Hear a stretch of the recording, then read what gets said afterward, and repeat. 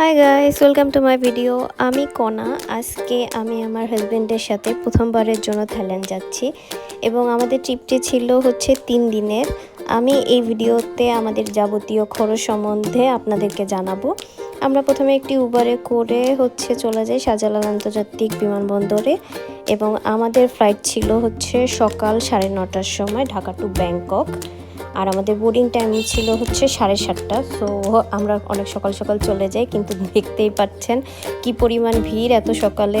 তারপর আমরা তাড়াতাড়ি বোর্ডিং কমপ্লিট করে আমরা ইমিগ্রেশনের দিকে চলে যাই। আমরা টিকিট কেটেছিলাম ইউএস বাংলার এবং আমাদের পার পারসন যাওয়া আসাতে টিকিট খরচ পড়েছে 35,000 করে এবং আমাদের ভিসা ফি পড়েছে সিঙ্গেল এন্ট্রিতে অলমোস্ট 4,000 করে। আমরা বেশ কিছুদিন আগে টিকিটটা কাটার কারণে আমরা কিন্তু বেশ ডিসকাউন্ট পেয়েছি এবং আপনারাও চেষ্টা করবেন টিকিটটা কিছুদিন আগে কাটার, না হলে একদম রাশে যদি টিকিট কাটেন তাহলে আপনাদের টিকিট ভাড়াটাও বেশি পড়বে। আমাদের বোর্ডিং কমপ্লিট হয়ে গেছে, এখন আমরা যাব ইমিগ্রেশনের লাইনের দিকে।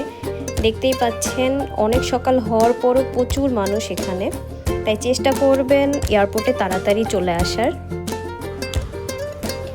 ইমিগ্রেশন কমপ্লিট করে এবার আমরা এয়ারের দিকে যাচ্ছি। প্রথমে ইউএস বাংলার একটি শাটল বাসে করে আমাদেরকে প্লেনের দিকে নিয়ে যাওয়া হয় এবং ইউএস বাংলার যদি আমি ট্রাভেলের একটু আমার এক্সপিরিয়েন্সটা শেয়ার করি, তাহলে আমি আসলে সাজেস্ট করব আপনারা যদি ইউএস বাংলায় না কেটে অন্য কোনো বিমানে কাটেন, সেক্ষেত্রে আপনাদের জন্যই আসলে ভালো হবে।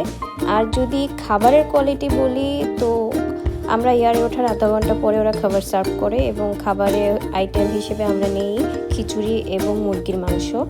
আমাদের ফ্লাইটে সময় লাগে প্রায় 2.5 ঘন্টা পরে আমরা সুবর্ণভূমি এয়ারপোর্টে পৌঁছাই। এবার সুবর্ণভূমি এয়ারপোর্টে পৌঁছানোর পরে আমরা তাড়াতাড়ি চলে যাচ্ছি ইমিগ্রেশনের লাইনের দিকে।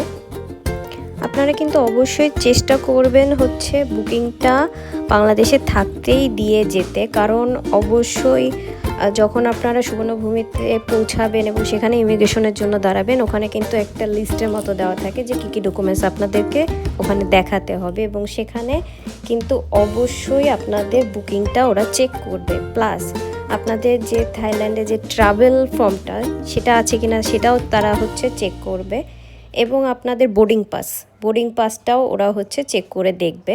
দেন সব কিছু ওকে থাকলে ফিঙ্গার দিয়ে আপনাদেরকে ইমিগ্রেশন ওরা কমপ্লিট করে দিবে।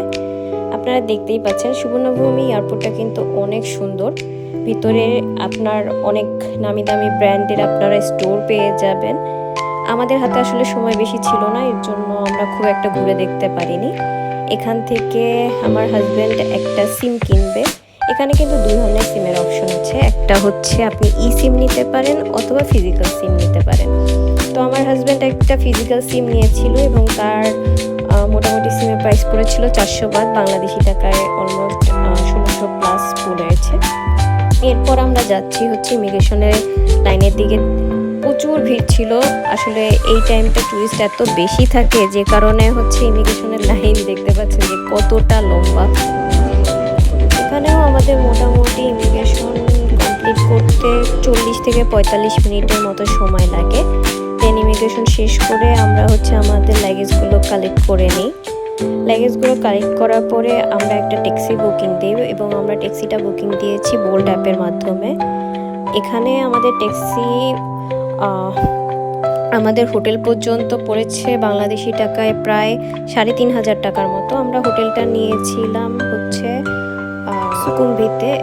সুকুম্বিতে আপনারা মোটামুটি বেশ ভালো মানের হোটেল পেয়ে যাবেন এবং সুকুম্বিতের সুবিধা ওখান থেকে আপনার মেট্রোটাও কাছে হবে এবং আপনারা চাইলে যদি মেট্রো ইউজ করতে না চান, আপনারা চাইলে ট্যাক্সি নিয়েও বিভিন্ন জায়গায় ঘুরতে পারেন এবং ওখানে আপনি থাই ফুডের সাথে সাথে ওখানে বেশ কিছু ইন্ডিয়ান এবং বাঙালি রেস্টুরেন্টও রয়েছে।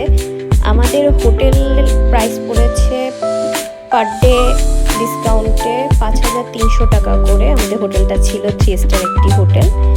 আমাদের ট্যাক্সিটা চলে আসে 10 মিনিটের মধ্যে এবং 10 মিনিট পরে আমরা ট্যাক্সিতে উঠে যাই এবং ট্যাক্সিতে আমাদের মোটামুটি 40 মিনিট লাগে।